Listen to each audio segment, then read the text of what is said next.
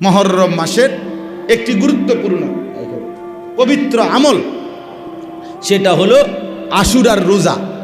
দয়া করে প্রত্যেকেই কি বার? মঙ্গল বুধবার।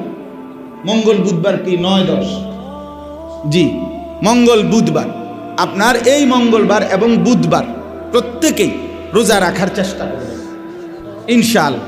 মজার বিষয় হলো সোমবারে রাসূলুল্লাহ সাল্লাল্লাহু আলাইহি সাল্লাম এমনিতেই সারা বছর সোমবারে রোজা রাখতেন। তাহলে ইচ্ছা করলে সোমবারের রোজাটাও মিলাইয়া নিলে 3টা হয়ে যাবে।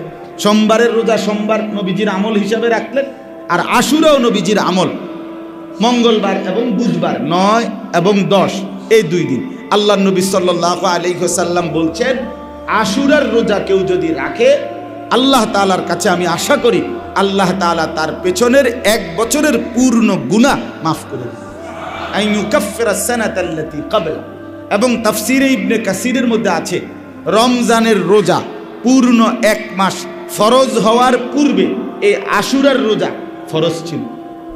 অর্থাৎ আল্লাহ নবী সাল্লাল্লাহু আলাইহি ওয়াসাল্লাম এবং সাহাবায়ে কেরাম রমজানের রোজা ফরজ হওয়ার আগে আশুরার রোজাটাকে ফরজ হিসাবে আদায় করতেন, গুরুত্ব দিতেন। এই জন্য রমজানের রোজা ফরজ হওয়ার পরে আশুরার রোজা সুন্নত এবং মুস্তাহাবের পর্যায়ে আসছে, কিন্তু গুরুত্ব রয়েই গেছে।